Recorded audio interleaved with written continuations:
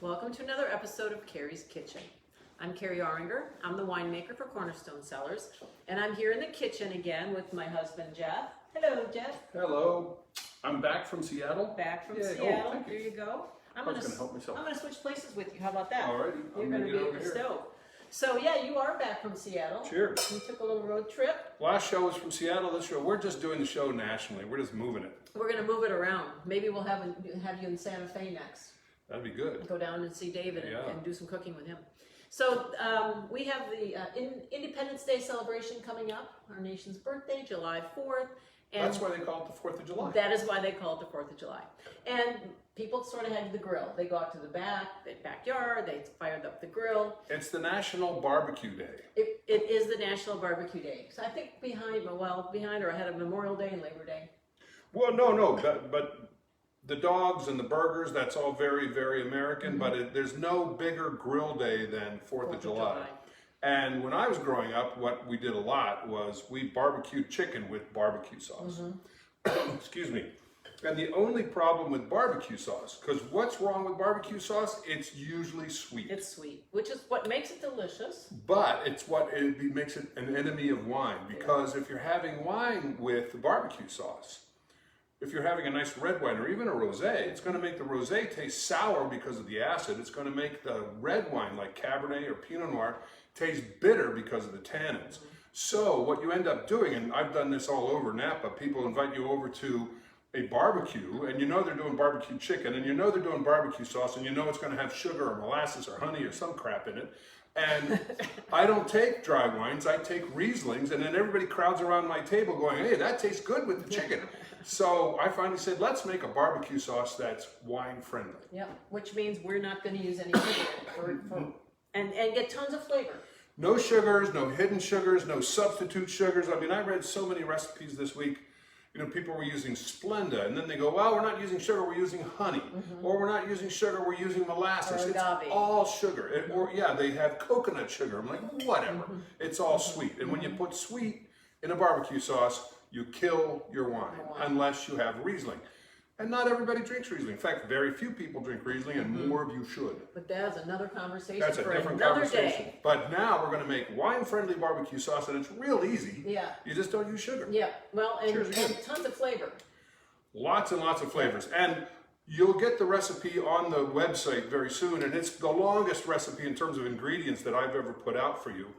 You can skip any of the ones you want. I mean, you can even skip the garlic if you want, but that's a shame. But you have to have the tomato sauce and the tomato paste and the onions. And then the rest of it's pretty much optional. The vinegar is pretty important too, because that's really what makes a great barbecue sauce, is really good vinegar. But when you see how simple this is, and then when you taste how delicious and flavorful it is, you won't want to leave anything out. I mean, you can leave out the cayenne if you're worried about it or something like that. Which I get a little worried. So I'm just going to, let me talk about the wine just real briefly. I've got 3 wines that we're going to try here with we did barbecue chicken. Yeah. Right, so the barbecue chicken. So I've got our 2018 Coralina Rosé. It's a rosé of Pinot Noir coming from the Petaluma Gap area in Sonoma. The second It's wine. almost the color of barbecue chicken. It is. It's pretty pink. Isn't Yeah, it? pink. And then the second wine I'm going to pour is the 2018 Fiddlesticks Pinot Noir from Santa Barbara down in Santa Rita Hills. This is a really lovely Pinot. It's a little full, fleshy, lush. I think it's going to go great with this sauce. This is down in Santa Rita Hills. And then the other wine that I'm going to pour today that we'll try is our Benchlands Cabernet Sauvignon. And this is vineyards from the valley floor. It's got some of our best vineyards in it. It is a Cabernet Sauvignon coming from some of the fruits from Oakville. Some is from Rutherford. There's a little bit from Calistoga. There might just be a little tiny bit that came from Howell Mountain, which isn't on the valley floor, but it is delicious. So those are the 3 wines that I'm going to try today. So why don't we work? Let's whip up this recipe. And the range of wines is a good point, because this is such a friendly, wine-friendly barbecue sauce that it can go with a range of wines. It can go with everything from a light. You can even do Sauvignon Blanc. Sauvignon Blanc would be But great. a nice light Pinot Noir, a heavier Pinot Noir, a Cabernet, Zinfandel, anything in between. You could Syrah do would be good. Rosé, Syrah. This is just wine-friendly all in all. So you just pick your favorite wine and you serve this barbecue sauce. You don't have to serve it with chicken. You can have it with any protein you like. You can put it on fish, whatever. but it's just super, super versatile and easy. Here it is. You have a little bit of olive oil, just a tablespoon of olive oil, heat it up on medium-low heat, and then you add a couple of cloves of garlic. I love that sizzle. And those are minced garlic? Everything's minced, and it's all in the recipe. Yep. And the half a shallot, and that's minced. Okay. And half an onion. Half of a sweet yellow onion. Yeah, this is sweet yellow. You can use white, you can use regular yellow, or it doesn't really matter. But I like sweet yellow onions. They cook really well. Yep. So you put your nice savory vegetables in there. Keep the heat nice and you low. just really cook them down for a couple of minutes, right? You saute them for a couple of minutes until they start to soften. I'm going to basically shorten the time frame. Whenever I'm cooking onions, I always salt it. I always believe in salting your onions. Salt your onions I first. know many chefs that believe in that religiously. So you put a little bit of salt in there. On the recipe, I think I put half a teaspoon of that, and quarter teaspoon of crushed black pepper. And it really, because mostly it's salt to taste and pepper to taste, but what is that? So at least you have a measure. Yeah, if you don't like any salt, leave it out. If you like a lot of salt, put in a whole teaspoon. It doesn't matter. That's what I love about this recipe. You've made it so many times, and you can, like you said earlier, you can leave out the Worcestershire sauce. Yes, of course. And then the next thing you're going to be putting in here is your vinegar. Okay. And vinegar is very important because that gives you that bright acidity, but it also gives you amazing aromas. Not only in the kitchen while you're cooking it, but after you finish your barbecue sauce, it smells delicious. And when you put it on the grill, oh boy, it really comes out with the vinegar. So you just use about 2 or 3 ounces of red wine vinegar and 2 or 3 ounces of apple cider vinegar.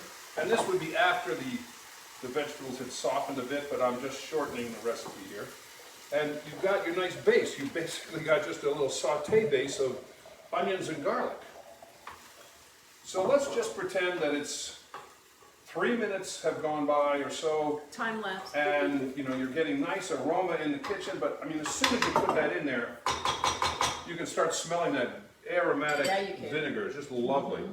And then it's just a matter of using a small can of tomato paste. And a small can is how many ounces? I know it's in the recipe, but it's 5.5. Okay, 5.5 ounces. 6. This is 6. Some of them are 5.5. I think in the recipe I say 6 ounces because this can happen to say 6 ounces. Then you put in about 12 ounces of tomato sauce. You can use any tomato sauce you like. If you have one that's a favorite of yours, by all means use it. But one thing I want you to look out for is read the ingredients, read your labels, because they'll sneak sugar in on you if you're not careful. And you can also go real safe and just do the canned tomato sauce that has nothing else but tomato and maybe a little salt. And that way you know what's in there. But I like to buy tomato sauce that has a little bit of garlic and a little bit of flavor, a little bit of basil. And the tomatoes may be roasted. Exactly. You can choose any tomato sauce you like. Just be careful if it's prepared tomato sauce that you don't get a lot of sugar in it.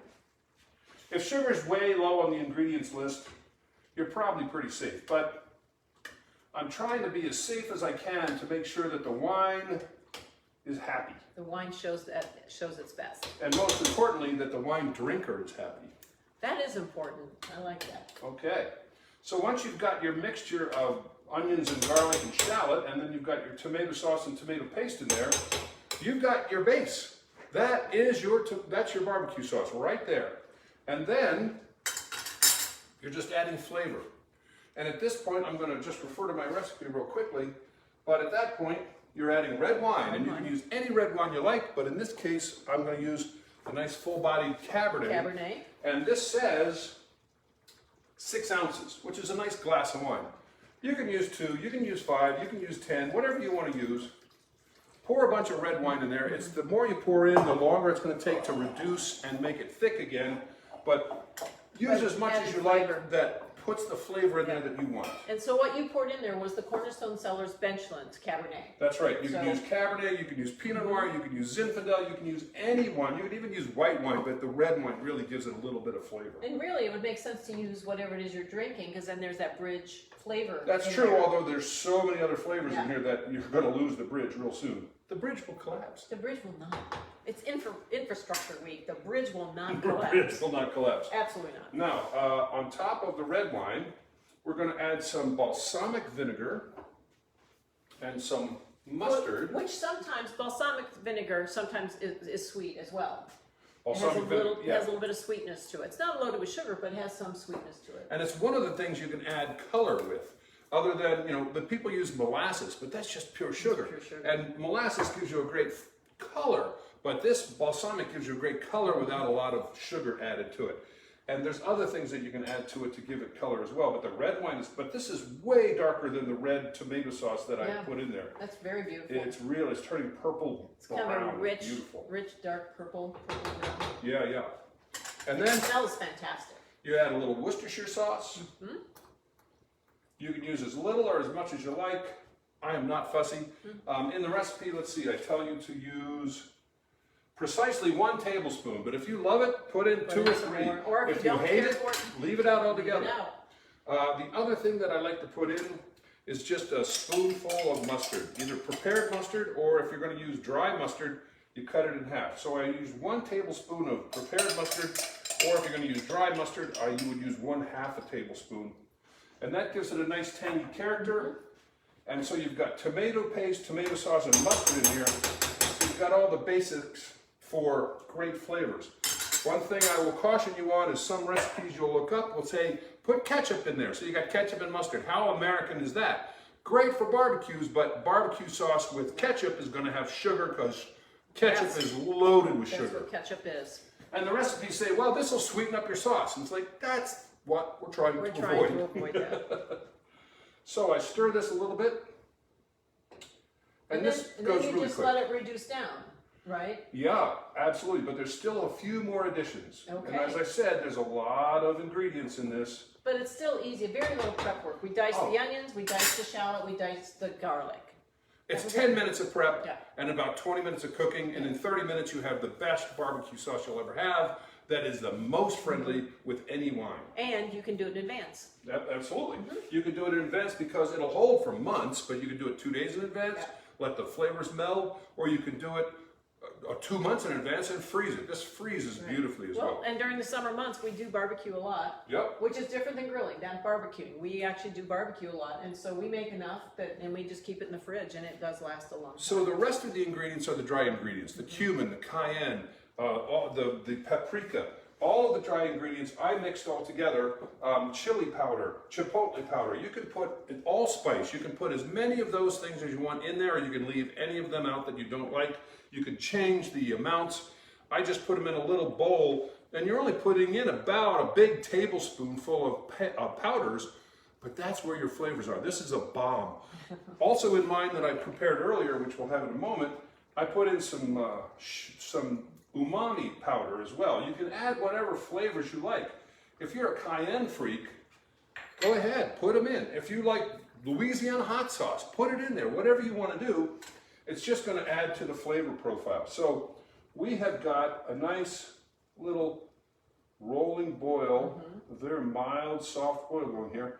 But once I stir all those dried ingredients in, I'm done. Yeah. Then what I do is I take the cover. Oh yeah. So it's very hot. It's hot. Oh. Then what I do is I cover it, but I leave the cover slightly ajar, and then it will reduce. And it will reduce a lot faster with a little bit of a crack in the cover, and that way you can just sit there and let it roll. And what I'm going to do now, because we're on the air, is turn it off, because we have a The magic of television. prepared barbecue sauce. And look at the nice color in that. Yeah, and this is a 1-quart pan, this is a 2-quart pan. This almost filled this up. It yields about, in 30 minutes, you make a quart of barbecue sauce, which is a heck of a lot of barbecue sauce. You could do 8 or 10 chickens with that. Let's see how dark that is now. Now, if you want to look, that's got really dark. good color. That looks like I barbecue don't know whether you sauce. can see that or not, but look how dark that is on the spoon. I mean, beautiful, dark, almost brown, cordovan colored. Cordovan brown. Yeah, That's exactly. what it looks like. So, can you use this as a marinade? Absolutely, and I did. I took chicken thighs. I didn't use boneless, skinless, which is what we often cook, especially when I'm cooking in a pan. I used skin and bone chicken thighs. I marinated them in that for a couple of hours. Then I put them on the grill. It was like 5 or 6 minutes aside. You just touch it until they become nice and firm, or you can cut into it to make sure there's no blood on the joints or in the bones. All you're trying to do is cook it to where it's medium well. You don't want it super well done to where chicken dries out. She hates that. And you certainly don't want medium rare chicken. That's just not safe. I don't like that either. So medium well is what you're looking for. You touch it till where it's fairly firm, but not like firm like a hard rock. But how hot was the grill? About 300? 300 was the grill, and you can put it in the oven as well. If you're doing the oven, you can do 300, you can even do 350. Just keep an eye on it, but 6 or 7 minutes aside on that grill, and they were done to perfection. And now we'll show you the results. You know, during the winter, you could do this indoors. You can have barbecue in the winter. You can have barbecue in the winter by doing it all in the oven. Yeah. So here is our finished product. There it is. It's a tray of beautifully grilled with lovely grill marks. Barbecued, marinated barbecue chicken. It smells wonderful. And we're going to taste it right now and taste it with some wines. Yay. All right, there's a plate Thank for you very much. Plate for me. So this is the only part where I feel badly because you can't be here and taste it with us. I know, but we're willing to take one for the team. So the 3 wines we're going to try today are the 2018 Cornerstone Cellars Coralina Rosé of Pinot Noir. And it's the 2018, it's from the Petaluma Gap area in Sonoma. And so this is picked at night. When the fruit's still cold, we bring it into the winery. We ferment in very small containers, small barrels, 60-gallon barrels, and a little bit of stainless steel. So we preserve the fresh fruit. The neutral French oak gives it a little bit of body. So there's that bright, crisp acidity that you expect from rosé, that beautiful strawberry, raspberry fruit. And this should, theoretically, this should go beautiful with this. I'm going to cut you a little bite. Okay. And there you go. All right. Thank you. Because I usually make there's some green on there too. Cilantro. Yeah, you love cilantro. That is super flavorful. It's but barbecue. Tender, fully done. It's medium well. It's not well done. And it's not Can't sweet. say that enough. Don't overcook your chicken. It cooks a little bit too after you pull it off the grill. Absolutely, everything does. Let's see what it's like with Try this. it with the rosé. And I'm going to take the rosé and we'll give you the Pinot Noir. This is the Cornerstone Cellars 2018 Pinot Noir from Santa Barbara, Santa Rita Hills, from the Fiddlesticks Vineyard. Your friend Kathy Joseph has been farming that. She's owned that vineyard for over 25 years, and it just produces outstanding fruit. This vintage, the 2018, is Dijon Clone 667 and Dijon Clone 777, about 50% each. And what the chicken with that nice, friendly barbecue sauce does is it brightens that up. It doesn't make it sour. It just brings out all that fruit and then all that acidity on top of it. Clean, bright, but you still get that raspberry, strawberry. Like the barbecue sauce complements the wine. It doesn't overpower the wine. But with barbecue off the grill, I often recommend going to red. Rosé is lovely and it's a terrific wine and very useful in the summer. But man, then you get barbecue chicken and Pinot Noir. And that happens to be my favorite wine, so it should be really good. Oh my goodness. Oh my gosh, that's a perfect combination because, it brings out all that lush, velvety texture of the Pinot Noir, as well as that rich cherry fruit. That just tastes like cherries. And you know what? The Pinot Noir actually enhances the flavor of the chicken more than the rosé did. The rosé, they were a perfectly fine pair. The rosé cleaned up your palate. This just wraps around your palate. It does. This is like a big, nice hug. Oh man. Yeah. And now this is more of a lush style Pinot. You know, this isn't. This is not on the earthier stuff. Of course you do. It's more on the lush, fruity side. So it does pair really well with that. Let me give you another bite of chicken. I'm sorry. Oh, I got one. I found it. So then the third wine we're going to taste is the Cabernet Sauvignon, and this is a 2016 Benchlands. It comes from 3 or 4 of our best vineyards on the valley floor. It's one of my favorite wines to make. It's all about the blend, which barrels from which vineyard go in where. So we're getting some fruit from Rutherford, and we're getting fruit from the Oakville Station in Oakville, a little bit of fruit from Calistoga, and a tiny little bit from Hell Mountain. So, and this is also a wine that's nice and lush. It's rich. It's full body. The tannins are soft. It's approachable right away, but a good picnic wine. And I say, you know, it's summertime. I would put a little bit of chill on your red wines. The Pinot and the Cabernet, you can put those in the fridge for about 20 minutes. We left ours in the air-conditioned room where we keep our wines until the very last minute because it's just so much better to have them at under 70 degrees because after 70, the alcohol starts blowing up in your face. And that's a nice pear too. I'll tell you, having the skin on really kept all the moisture in there, just like really good fish. Man, that's delicious. Yeah. I don't mean to brag, but man, that's But really good. You can That's brag because really it is delicious. And we've been experimenting with this. We've been trying some different recipes. So, no, you should brag about it. That's really nice. That's also very good. A little bit richer, a little bit heavier.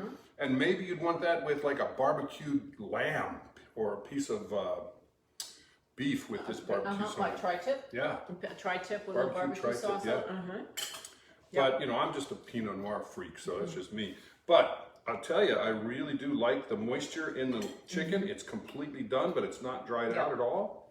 And that barbecue sauce, I swore I would never make my own barbecue sauce because I know people talked about it on the internet. And I thought, oh my gosh, we found a brand we really, really like. And it does have a little bit of sugar in it, but it's still a little bit of an enemy to the wine. And then when we did this show, I started making my own. And I thought, oh my gosh, I've crossed the bridge. They're right. I'm going to be a homemade barbecue You're sauce one of maker those now. people. Yeah, I know. You're one of those people. So we'll find out on the 4th of July now, won't we? Because we're having a few people over and we'll be doing some barbecue. We're going to roast a pig. Roast a pig. Yeah, like we Do a little did barbecue last week sauce. for my That's right. birthday. For your birthday. So that's it. That's it for us today. Thank you for joining us. This has been super fun. I'm so glad that we're now one of those people that makes their own barbecue sauce. Super delicious. Try it. You won't ever regret it. And it's so wine friendly. That's exactly why it's so good, because you're never going to ruin your wine with a good old sweet barbecue sauce. So I'm looking forward to 4th of July with you. This will be fun. Cheers. It's nice to be back from Seattle and do a show from here. Absolutely.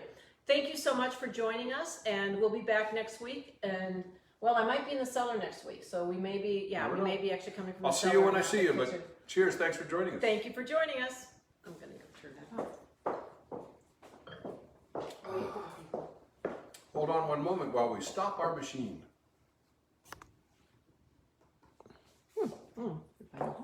There it is.